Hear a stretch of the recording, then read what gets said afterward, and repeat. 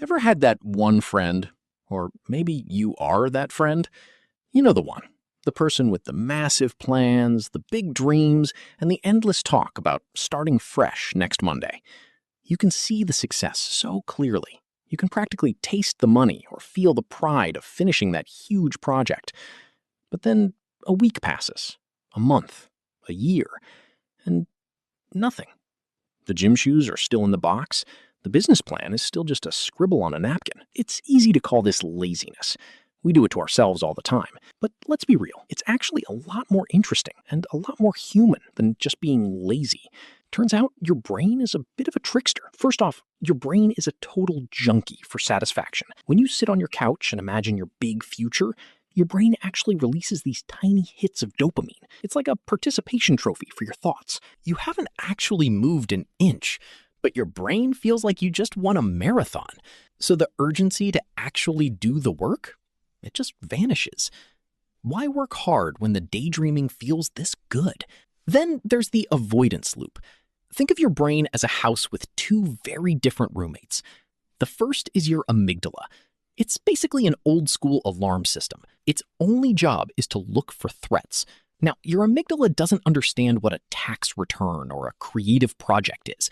It just knows that these tasks feel big, scary, and full of potential failure. So it screams, "Threat!" as if you're being chased by a tiger. And what do you do when a tiger is chasing you? You run. But in the modern world, running looks like scrolling through social media for 3 hours, or suddenly deciding that you absolutely must reorganize your junk drawer right now. The weirdest part? When you avoid the scary thing, you feel a tiny rush of relief. Your brain marks that relief as a win and decides to do it again the next time you feel stressed. It's a loop, a trap. We also have these clever disguises, like perfectionism. Perfectionism is just a fancy way of being afraid. If you never start, you can't fail. Your dream stays perfect as long as it's in your head.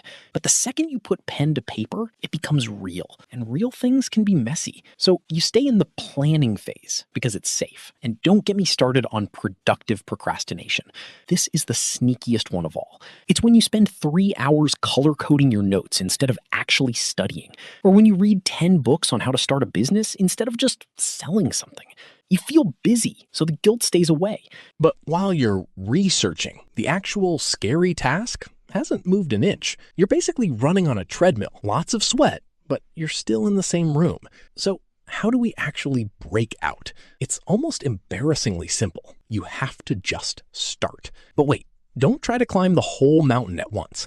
You have to make the task stupidly small. Don't tell yourself you're going to write a whole essay tonight. Just tell yourself you're going to open a blank document and type for 10 minutes. That's it. Don't think about the outcome. Don't worry if it's good. The goal isn't to finish. The goal is to interrupt the loop. See, the dread of starting is almost always 100 times worse than the actual work. Once you break that initial wall of fear, you'll realize the tiger was actually just a loud kitten. You don't need to feel ready to start. Readiness is a myth. It's a feeling that only shows up after you've been working for a while. So next time you feel that heavy sense of, I'll do it later, catch it, name it, admit you're a little scared, then do the tiniest, smallest version of that task possible. Put on your gym shoes, open the laptop, pick up the pen.